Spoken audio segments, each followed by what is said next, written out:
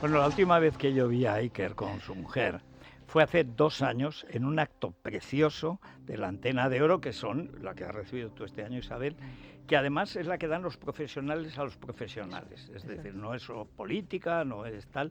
Y además que acabó, y luego nos saludamos, con el himno nacional y el himno de Ucrania, que fue especialmente bonito. Y Iker recibía su premio, y si no acabo diciendo viva España, pues sería España viva o algo parecido. Dije viva España, dije viva Sí, España. señor, me acuerdo de aquello. Y estuvimos hablando, pero poco tiempo, y no nos habíamos visto desde entonces. Sí. Pero después de lo de Valencia, con Valencia se está produciendo algo parecido, se está produciendo algo con lo que pasó con el 11M. Es una cosa tan escandalosa. Y además hay tantas cosas que tapar que como entres en ese avispero, te van a machacar las avispas, las abejas, los zánganos, etcétera. Y anteanoche te estaba viendo en ese programa, digamos, un poco radiofónico que comentábamos. Muy radiofónico, porque viene de la radio. Y entonces lo que me chocaba era, digo, vamos a ver, ¿en qué momento? Lo estaba diciendo ahora, pero es así, porque yo he pasado por esta película, no es que la he visto, es que me la han hecho. ¿En qué momento te sale el moretón del golpe? Porque el golpe lo has llevado. Yo creo que pocas veces ha habido una campaña tan absolutamente salvaje. Y además, aparentemente injustificada, como la que te ha hecho objeto a ti. Tienes éxito, pero otros tienen éxito. Hablas de Valencia, pero otros han hablado de Valencia. Pero hay un momento en el que alguien se convierte en el blanco con el que hay que acabar, porque no se puede hablar con libertad de lo que ni siquiera se sabe que ha pasado. El caso concreto fue el de los muertos del parking. Yo recuerdo haber hablado de eso porque no se tenían los datos y naturalmente lo lógico era pensar que ahí había muchos muertos. Si había 200 coches al menos, claro. Casi todos han muerto o en garaje o en un bajo. Incluso los arrastrados por las aguas han muerto allí. Todavía no sabemos la cifra. No se sabía, ni se sabe, ni se sabrá en un tiempo, porque han empezado a morir ilegales, gente que no estaba reclamada como desaparecida. a ver que tu nombre se pronuncia en el Congreso de los Diputados en la sesión de control. Bueno, la primera cuestión, ¿cómo está lo último de Valencia? Porque lo importante es que en la cuesta de enero, sigamos hablando de Valencia, porque aquello es terrible. Pues fíjate, Federico, compañeros, nosotros en el programa de Horizonte, que es un poco la otra versión que hacemos de actualidad, no queremos dejar de hablar de Valencia porque a ellos les molesta mucho, o bueno, temen, saben lo que son los medios, que llegue el olvido. Nosotros tenemos preparado, por ejemplo, con la policía, el pillaje es una cosa que se habla poco, y es una de las cosas, Federico, que yo creo que hacen que yo quede como proscrito, ¿no? La historia es muy sencilla, yo me voy, lo digo sinceramente, la televisión, donde se podía emitir con cobertura, era un sitio, es como si tú estás en Cibeles, para los que sean de Madrid, y el meollo de verdad empieza en Vallecas, ¿no? Sí. Entonces yo dije, yo me voy a Vallecas, y me voy con el mecánico Gaitán y con una emisora, y a falta de 3 minutos no teníamos entrada, no había luz.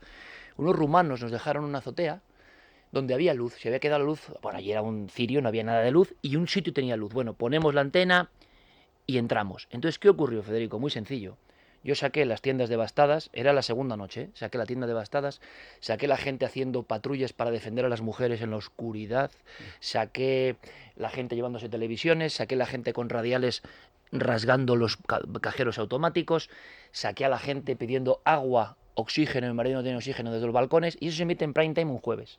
No estaba previsto, es decir, la ola de indignación que hubo tú no sabías después, lo que ibas a encontrar. Que es parte de mi shock también. O sea, tú vas pensando que es una dana, una riada. Yo recuerdo las riadas de Bilbao, recuerdo, oye, un desastre. Esto, compañeros, esto era como si en un sitio caen 5 bombas de Hiroshima. Esto yo, o sea, si estás allí, imaginaos esto en la oscuridad. Es más, recientemente, Federico, me encontré, fíjate cómo era mi shock, que hasta con todo este torbellino que ha pasado, que he publicado, que los tenéis en mis redes sociales, y os los paso cuando queráis, los vídeos que yo, porque tarda 5 horas el cámara en llegar, así la dificultad. Y yo voy grabando con mi móvil, iba en un jeep con el cuerpo por fuera, y tú no, o sea, cuando lo ves, dices, es que no es el abandono, total. Es una población buscándose la vida, es los niños con sus padres con bolsas de basura, buscando agua, alimentos, mucha gente expoliando todo, es la purga, y yo lo estoy grabando con mi móvil. fíjate, yo me acuerdo mucho de, ¿os acordáis de Quique Flores? Un lateral finísimo del Valencia y del Madrid. Hombre, además de familia, sí, nada señor. menos de Isidro Sí, señor. y la hermana de Lola. Bueno, un fenómeno. A mí Sí, mi lateral derecho fue... Y Miguel Tendillo, ¿te acuerdas del gran Me Miguel? acuerdo, gran central Elegantísimo. de Valencia y Sí, luego señor. del Madrid, Sí, sí, señor. señor. Bueno, pues hablo con ellos, pues soy muy futbolero, hablo con ellos y me dicen, Iker, la sensación, ¿vale? A 8 kilómetros, hasta que no vemos el programa, esa noche del jueves, al final de octubre, no vemos la dimensión del Mad Max, del desastre. Mi sensación, Federico, mi sensación, ese programa causa tanto lío, tanta gente indignada, que a mí ya me ponen un poco algunos la cruz, porque igual eso no se podía contar. Lo que se estaba contando hasta ese momento televisivamente era una lluvia, o algún desaparecido, un coche. No, cuando estás desde dentro, de noche en Paiporta. Y luego hay un problema grave, que es que Defensa dijo que no se podía llegar, que no podía llegar el ejército, y yo aparezco ahí con una furgoneta. Eso es. Claro. Y ahí empiezan los problemas. Hay una cuestión, fíjate, yo le pregunté la mañana siguiente al alcalde de Utiel. Le digo, ¿y ustedes cómo se van a defender de los saqueos? Pues yo he vivido en América, yo sé lo que pasa en Miami, a pesar de toda la cuestión de seguridad que hay, pero lo primero que hacen es prevenir los saqueos, porque el ser humano es como es, que es inhumano cuando puede permitírselo. Digo, aquí va para ustedes con este desastre. Y entonces él me dice, mira, lo hemos pensado, pero la orografía del pueblo es que ahí la parte central está arriba, en un monte, y luego la parte de abajo, que es la que prácticamente está negada, pues no es donde vive la gente. De manera que hemos perimetrado, que es como es un horrendo neologismo, pero en fin, perimetrar es simplemente rodear. Hemos rodeado con policía y guardia civil aquello y no ha entrado nadie en las casas porque mucha gente había abandonado porque se caían y de hecho las tuvieron que derruir después. Pero claro, yo pensaba, esto pasa en un pueblo pequeño, claro, en una colina, en esa inmensa llanura de Valencia, que es todo lo que rodea la capital, Valencia, todo, donde hay 500.000 de personas o más viviendo. Eso, ¿cómo lo vas a controlar? Imposible. Y me di cuenta también desde el principio que lo de los rateros les sentaba fatal, porque había que decir que era gente inocente, sí, que el cambio climático lo había negado. No, era una catástrofe de origen humano, porque no se habían hecho las obras que, por ejemplo, hizo Franco en el 57, que querían quitar otra vez el cauce nuevo del Turia y hacer que pasara por el centro de Valencia, hablaríamos de 100.000 muertos. Y además que eso de que el ser humano, que es bueno, siempre es bueno. A mí me lo decía Cañizares, hablando de futbolistas. Sí, me decía, mi piso estaría negado si no es por este cauce. Pero te voy a decir una cosa en cuanto a los robos. Yo he rodado mucho en Perú, he rodado mucho en Bolivia, he rodado en Chile, en situaciones cuando pasa el niño, lo sabéis. Sí. Y el gran peligro es cuando vienen las bandas. Claro. Aprovecharse de los... Pero siempre pasa. Siempre. Bueno, pues esto pasaba allí. Hazme caso que esto pasaba allí. Entonces, ¿qué ocurre? Me di cuenta que era también contar una información un poco delicada. Me acuerdo que había políticos, tipo, no sé, salió Echenique diciendo que de alguna manera era toda una campaña tal, porque los pobres de Paiporta, por poner el epicentro, robaban solo Pringles, ¿no? Pringles, las patatas, sí. Y yo le dije, porque yo, mira, es que estaba allí 5 días, ¿no? Y digo, mira, las Pringles tenían forma de iPhone, las Pringles tenían forma de televisor, pulgadas, no quedaba uno. Cuando llegamos a una tienda de Vodafone, no queda un esto. Cuando llegamos a la óptica, San Gavino o la que sea, no queda una gafa. Cuando llegamos a las televisores no queda nada. Y cuando bajas con los vecinos en la zona donde no había cobertura, repito, nos damos cuenta de que han arrasado todo. Y luego cogemos a unos vecinos, uno es el Jonathan, que fue implicado porque decían que era un peligroso grupo de ultraderecha, o sea, una cosa increíble, un tío del pueblo con un hermanico que está mal y que se han quedado sin nada. Y esta gente, digo, ¿qué hacéis por aquí? Iban con unos palos, Federico, con el barro hasta las rodillas y con unos palos. Y dice, no, protegemos a las mujeres cuando tenemos que ir a buscar leche, a buscar... Y tú dices, esto en España en el 2024, claro. O sea, de la gente, nosotros, no os voy a engañar, yo cuento aquí, cuando yo llego allí, y las imágenes están, y quien quiera las puede ver, hay calles, Federico, en Sedaví, en Alacuás, en tal, donde yo os hablo de que llego el jueves, por tanto han pasado 2 días, 48 horas, esa gente, no veo a nadie, perdonadme, no veo a nadie ayudando, ellos, el pueblo. Había torres de coches que impedían entrar. Entonces yo he llevado personalmente, no es en plan héroe, lo hubiese hecho cualquiera de vosotros, leche, agua, tal. Me he subido por los coches, está mi cuñado ahí feliz viendo lo que vino en el segundo viaje, a dar agua y leche a gente porque no podían bajar desde el balcón porque estaba tapado de coches. Esos coches, me decían los vecinos, por ejemplo en la calle Otto Fleming en Pamporta, habían sido reventados con gente dentro, Sí. para robar. Y cuando yo estoy ahí grabando, que esto no lo he contado, viene una gente y yo estaba diciendo, joder, ¿cómo es posible que la gente, pues eso, como en lo peor de Perú, en lo peor de Honduras, no respeta a los muertos y robe? Y justo veo 3 tipos, todo esto entre sombras, se quedan parados, yo me quedo parado, me reconocen y digo, ¿qué hacéis aquí? Y me dicen, no, es nuestra furgoneta. No era su furgoneta, evidentemente. Es decir, como si fueran de verdad limañas de la noche, la gente bajaba y no había control. La Guardia Civil, Federico, Isabel, los 16 coches que tenían estaban anegados, iban andando. Y nosotros grabamos a la Guardia Civil persiguiendo robos en vivo y se caían, uno se lesionó con un árbol. O sea, tú ves eso, Mad Max. Bueno, pues eso sentó muy mal.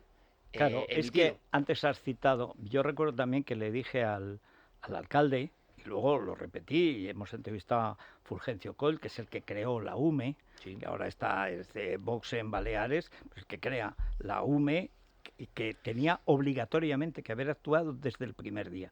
Y digo, es que lo único que puede frenar los saqueos, violaciones, atracos, violencias, crímenes, es el ejército, porque cuando aparece el ejército ya eso ya no es la policía, ni la policía municipal ni tal, tiene que ser el ejército. Y se negaron a llevar al ejército porque lleva la bandera española, y esa es la madre del cordero, y se negaron a dar la emergencia nacional porque implicaba el estado de alerta, y el estado de alerta tiene que intervenir el ejército coordinado por la UME. En Bétera está la aviación española, con esos helicópteros enormes que son helicópteros de guerra. Había gente en las azoteas y llamaban llorando porque no podían salir a socorrerlos. Posteguillo, que hizo un discurso extraordinario, que es que vivía allí, dice, bueno, es que era el tercer día y no venía nadie. Y solo los voluntarios, y acabaron yéndose él y su mujer con el ordenador y un poco de ropa andando a Valencia, y no había nadie. Y el ejército acuartelado esperando, y no les han dejado ir. O sea, ahora han dejado hacer medio puente o puente y medio, pero la clave es que los socios del gobierno no podían permitir el ejército español allí, y encima el rey aplaudido porque el rey va y repite, y Sánchez huye, que la famosa conspiración ultraderechista del tío con palo de una fregona, no creas que la conspiración era fuerte. Y eso lo publican todos los medios, tiene que decir que aquí, claro, como todo es bulo y tal, pero el asunto es el siguiente, cuando yo llego allí, yo creo que el impacto, Federico, es que tú crees, vale, ha habido un desastre, han pasado 48 horas, vas a ver un montón de camiones militares, de bomberos, de... Nada. Os doy mi palabra, yo he publicado 10% de lo que grabé, no había nadie en muchos pueblos.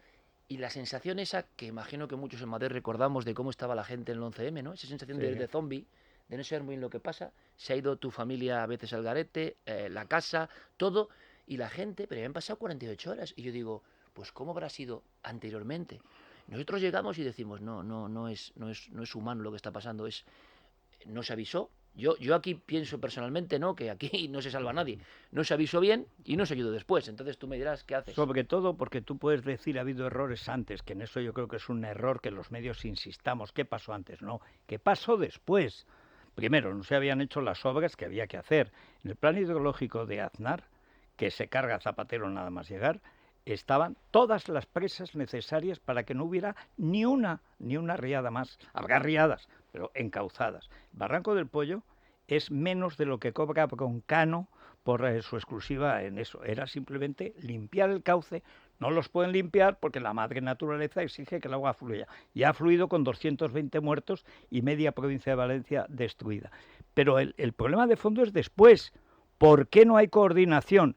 Porque el tonto de Mazón le dice Sánchez, que es más malo que un dolor, bueno, pues encárgate y tú me vas diciendo. No, la obligación era de intervenir el gobierno central desde el minuto 1, porque afectaba a más de una comunidad autónoma, a Aragón, a La Mancha, a Cataluña, a Andalucía, y no intervino. Y aún así es la situación muy grave. Dime si no era grave la situación en Valencia. Es que, Federico, Isabel, si tú vas allí, yo no sé qué ha pasado, porque luego sabéis lo de los tornados, tal cosas, que dices, joder, pero esto... Bueno, en la zona de Chiva, que también grabé Chiva, Cheste, toda esa parte, había sillares como este estudio del siglo XIX, de esa piedra de cuando las cosas se hacían como tenía que hacerse, y había un agujero como esta mesa que tenemos aquí en el radio, del agua. Entonces tú dices, pero ¿pero qué ha pasado aquí? Es decir, una cosa es una riada y que arrastre, y otra cosa es los fenómenos que vimos de no sé qué pudo ser eso, de violencia. En Chiva tienen un santo, por cierto, que decían que menos mal que ha sobrevivido a 3 riadas, pero este era algo único, y siguen pensando que les protegió, ¿no? Pero si tú ves esa parte, ¿sabes cómo es nos lo destrozado contó? todo. La explicación nos la dio el que es el presidente del Colegio de Ingenieros. O sea, al no limpiar los cauces, eso se llena de broza, de ramas, de piedras. Entonces, en el Barranco del Pollo no hay una riada, hay un tapón. Se va creando un tapón enorme y cuando por fin estalla, no es un disparo, es un explosivo que se lleva por delante todo. Por eso hace esos agujeros. Pero árboles enteros, gran cantidad de piedras y además a una velocidad vertiginosa. Claro, aquello es que lo voló todo en segundos.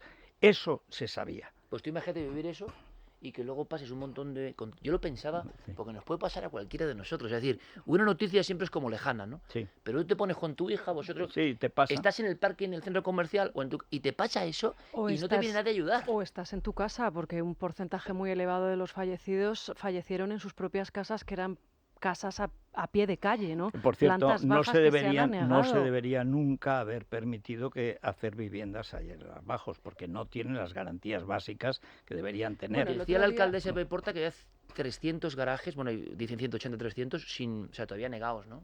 Bueno, ¿y cuántos de esos son casas reales? Y cómo se ha criticado garajes. El comportamiento de los individuos que han bajado a sus garajes. Ahora resulta que la culpa es de las personas que han bajado a retirar sus vehículos, cuando es una práctica completamente habitual en las localidades de costa, porque el nivel freático está por encima de esos garajes. Se te achaca también muchas veces el término conspiración, ¿no? Las teorías conspiranoicas. Sí. ¿Tú crees que esto es un antes y un después a todo este tipo de, por ejemplo, que son una alerta, nos obliguen a meternos en nuestras casas y que si salimos de nuestras casas ahora la culpa sea del individuo, del ciudadano? Yo creo que esto no es un desastre, no sé, porque los medios tienen una fuerza tremenda para que todo pase, pero yo pienso que esto es como un Rubicón, decían los, ¿no? Sí. Un paso hacia otro lado. Yo he visto a la gente allí muy indignada, de verdad, con todo el mundo. Yo he estado con el pueblo y la gente no soportaba lo que había pasado. La sensación de inacción del Estado y la sensación de que tú vives en una comodidad y crees que te van a defender o te van a proteger, y no ha pasado. Y ha pasado en la tercera ciudad de España, en el 2024. Yo creo que esto intentarán llevarlo, domeñarlo de alguna manera, pero yo creo que esto generará... O sea, la gente, no os imaginéis cómo estaba la gente con los políticos. Mira, ¿sabes? El otro día... Miriam González, la mujer de Nick Clegg, el que era vicepresidente británico, que tiene una asociación que es España Mejor, para mejorar la relación de los ciudadanos con sus representantes. Decía, no puedo contar cómo me hablan de los políticos la gente, claro. No puedo decirlo. Estuvimos hace muy poco, hemos estado en Almería, etcétera, que sabe lo que es el problema del agua en otro sentido. Claro. El nivel de desafección del sistema representativo es brutal, y ni se entera la derecha ni se entera la izquierda. No. Da la impresión de que todos quieren seguir en el cargo. Bueno, ha habido un mal día. No ha habido un mal día. No ha habido un mal día. Ha sido un fracaso, pagando impuestos de primer mundo, no tener servicios ni del tercer mundo, y además el abandono programado, deliberado, de que se coma el marrón y el otro, la gente pues no ayuda tú. Eso, Federico, que había una lucha entre los políticos que no se van a mover de su escaño, sean de oposición, sean que da igual, que viven todos bastante bien. Y yo te digo una cosa, cuando llego, las imágenes son tremendas, las imágenes crudas, digamos, del móvil. Cuando llego al primer pueblo, que es Alacuás, es cuando llega el shock, pero un shock que yo creo que, por ejemplo, algunos políticos tenían, lo digo sinceramente, o sea, que tú no te esperas eso, bien, tu obligación quizá esperártelo, pero no te lo esperas. Cuando vemos el primer pueblo de día, porque el impacto es tremendo, de día, con las calles todas taponadas hasta arriba y nadie ha tocado nada, y la gente se ayudaba entre ellos, y seguramente esa gente era de izquierdas, de derechas, de centro, de lo que quisieran, y había una sensación humana de ayudarse. Habían pasado 2 días, y si tú ves la coordinación que tenían ya a pesar del shock, y ahí no había de verdad nadie ayudando, nadie, ni una ONG, nadie. Entonces yo eso lo he vivido y lo he visto, lo puedo contar.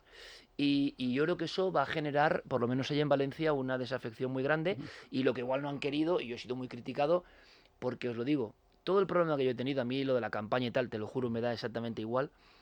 Es más, la campaña conmigo no ha salido muy bien porque tenemos más audiencia que nunca y no podemos ir por la calle, Federico, no podemos. Antes, o sea, como Sánchez, pero al revés. No podemos ir pero por ningún sitio. La gente ve lo que ve, o sea, no transmite lo que es. Te puedes equivocar o no, como cualquiera, pero es que... Y entonces a mí, lo que tú decías y tú lo has vivido, hay un momento dado que a mí esto sí me extraña como colega. Un decano me decía que nunca había visto tantos compañeros, entre comillas, de repente dirigiéndose a uno. Porque hay un vídeo que se llama Bonaire Cronología, que también en cualquier red social se puede ver, lleva 9 millones de descargas, lo hizo un compañero mío, pero sin yo saberlo. Y digo, Juan, ¿por qué has hecho esto? Y me dice, por justicia. Y se cuenta cómo, días antes, la Sexta, desde la puerta del parking, habla de los muertos que está viendo la UME y está notando la UME. Se habla de Telemadrid, hablando de los muertos dentro de ese parking desde fuera. Se habla del Plural, con varios reportajes diciendo que lo que pasa es que algunos incluso los han borrado y los han borrado mal. Te quiero decir, Iker es uno más, Sí, además intoxicado. no el primero. No, y encima en un tuit, no en antena. O sea, que yo alucino. En un tuit personal lo tengo que reconocer. ¿Qué fuentes tenía yo? Yo lo voy a contar sin ningún problema. Guardia Civil de Paiporta, Protección Civil de Valencia, no es poco, ¿eh? Uno de los forenses que venía de Holanda a Valencia, supuestamente a reconocer a gente en el parking, y la UME, alguien de la UME. Indudablemente, esa gente, al menos 20 medios, la ha intoxicado, es decir, ha dado informaciones que, oye, gracias a Dios, si yo estoy encantado de que no haya. Yo hago un tuit, y lo que me extraña, Federico e Isabel, es ese vídeo, que llevaba 9 millones de descargas, cuenta cómo todos los medios antes que yo han contado exactamente lo mismo y desde el parking. Nosotros no, por cierto. Pues de repente, Federico, has sido tú. Veo a grandes popes y popas del periodismo, no puede emitirse ese programa, es un bulero. Yo digo, ¿pero no tenéis hemeroteca? ¿O qué pasa aquí? O sea, nadie ha visto vuestros programas en antena tres días antes. Y eso está, cualquiera que busque Bonaire Cronología, mis compañeros hacen pista por pista, medio por medio, y ojo, otra cosa que os digo para que veáis lo que son los medios. Dice, Iker dijo que había 700 cuerpos. Mentira. Nosotros dijimos que la Guardia Civil dijo que había 700 vehículos quizá en ese lugar. No muertos, nunca. Y la gente empieza a inventar.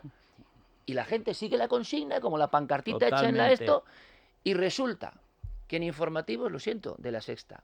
En programas de la Sexta. En programas de Telemadrid. En el Plural.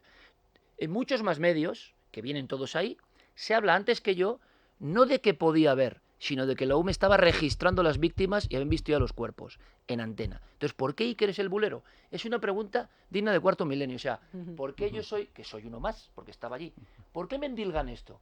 Pues yo colijo de esto, Federico, no lo sé, que es porque he tocado mucho las narices con ese primer programa 4 días antes, donde se vio una situación en Valencia de tercer mundo y de abandono. Bueno, hay un entremés de Cervantes buenísimo, El retablo de las maravillas, en la que pues hay un gran vendedor de alfombras.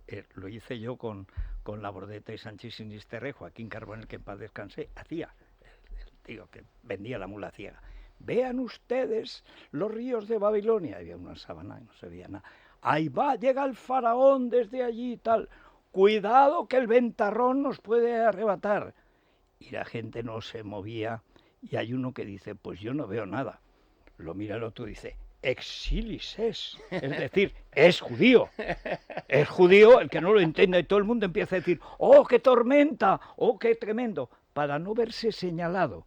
Es una forma de terror clásico que se ha usado siempre, pero claro, con los medios modernos. Ya. Es tan brutal. Tan o sea, brutal. no es que te ataca 1 o 5, no es que te atacan 50 a la vez. Y todo, yo no quiero ser el último.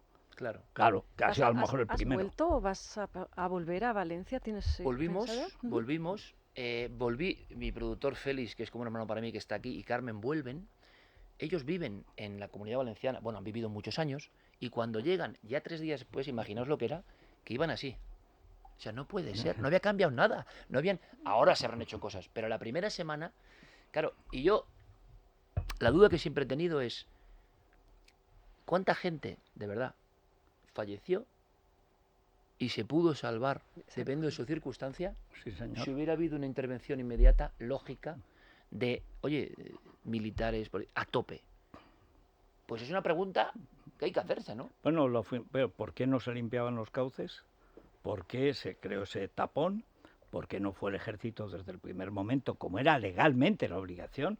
Pero si es que además nos lo han contado 2 generales, no de los que han ido ahora, no sé a qué, hacer el Canelo con Mazón, cuando no tienen ni mando militar, ni mando civil, ni mando legislativo, no sé qué van a hacer, el ridículo.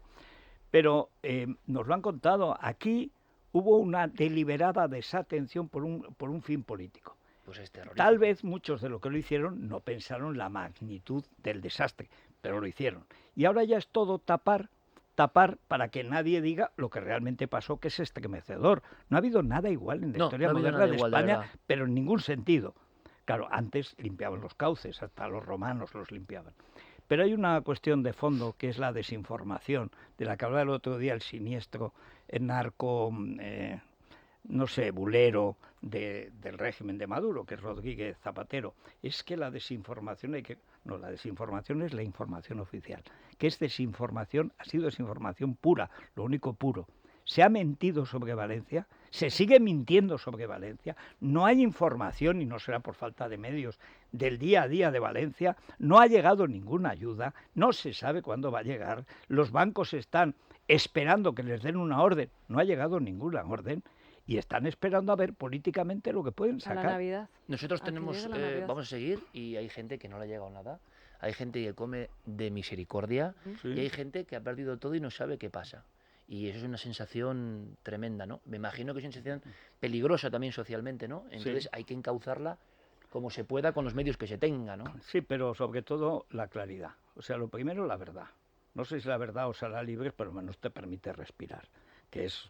En fin, esto de Valencia, yo estoy contigo. Si todo parece lo que es, esto va a ser un antes y un después. Pero para la democracia española en general, ¿eh? Pues yo, Federico, tengo esa sensación. Te lo digo personalmente, no soy un experto en política. Cuando estaba por allí hice algunas fotos. Hay una que reflejo mi sombra. Es que esas estructuras son de ciudad. Sí. No es pueblo, es mucho más impresionante. Porque Chiva, Utiel, bueno, pero Paiporta, Sedaví, Alfafar, son ciudades como otra cualquiera. Y tú ver esas ciudades que parece Chernóbil, Sí. y ¿sabes una cosa que era tremenda? No había una voz. O sea, no había Silencio. una voz. Era algo... Entonces tú caminabas, yo caminaba. Estaban los grupos que sabías que iban a robar. Te cruzabas con ellos. Algunos te decían, Iker, te sigo y tal. Tú te quedas un poco así. A ti te sigue la Guardia Civil. Sí, sí, pero eso nos pasó, ¿no? Yo ahí, claro, no había nadie y eran bloques. La sensación es bloques como el de cualquier ciudad de España. No un pueblito aislado que dices, bueno, qué desastre. No. Y las tiendas arrasadas, ni una sola luz. Y lo que más me impresionó es el silencio, fíjate. No había una voz, nada. Eran lugares muertos, ¿no? Entonces yo creo que es una ciudad, es una zona pequeña dentro de España, digamos, pero lo que ha pasado, Es Federico, muy es importante. brutal, y yo, como decía, creo que es un Rubicón. La gente se ha sentido absolutamente no representada, y ese inicio que se decía del pueblo salva el pueblo, la gente ha creído que, pero claro, también se El domeña pueblo, eso, ¿no? el pueblo, no, y aparte el pueblo no salva al pueblo, salvo que el pueblo cree instituciones duraderas que actúen, Claro. porque el calentón lo tiene cualquiera. Claro. Pero luego, Claro. bueno, Iker, ese silencio, la única solución es hablar. Eso es. Hablar y salir y contar bueno, y además a las penas puñaladas. O sea que mucho ánimo, Eso es. enhorabuena por el trabajo y nos veremos en cualquier Y vuelve catástrofe. otro día Seguro. con Carmen y ya hablamos de cuarto milenio, de Horizonte, del Real Madrid, de lo que os Oye, apetezca. ¿sabéis una anécdota buenísima? Estáis aquí en un sitio maravilloso, por cierto, me encanta, os admiro mucho. Creo que levantar un grupo de la nada es algo heroico y mi felicitación. Pero fíjate, yo es que sigo jugando, voy a cumplir 52 años, pero sigo jugando y juego ahí al lado, ¿sabes, Federico? Ahí al lado hay unos campos ¿Sí? y yo juego ahí y me viene muy bien, fíjate, para estos momentos de tribulación Sí. un poco, de ver cómo todos los compañeros o el 90% de repente, sin saber de qué hablaban, han intentado atacar, yo voy al fútbol y soy feliz. Bueno, hay mejor gente. Muchas gracias, Gracias, Iker. Iker. Bueno, muchas gracias a todos ustedes. Hasta mañana a las 6, pásenlo bien.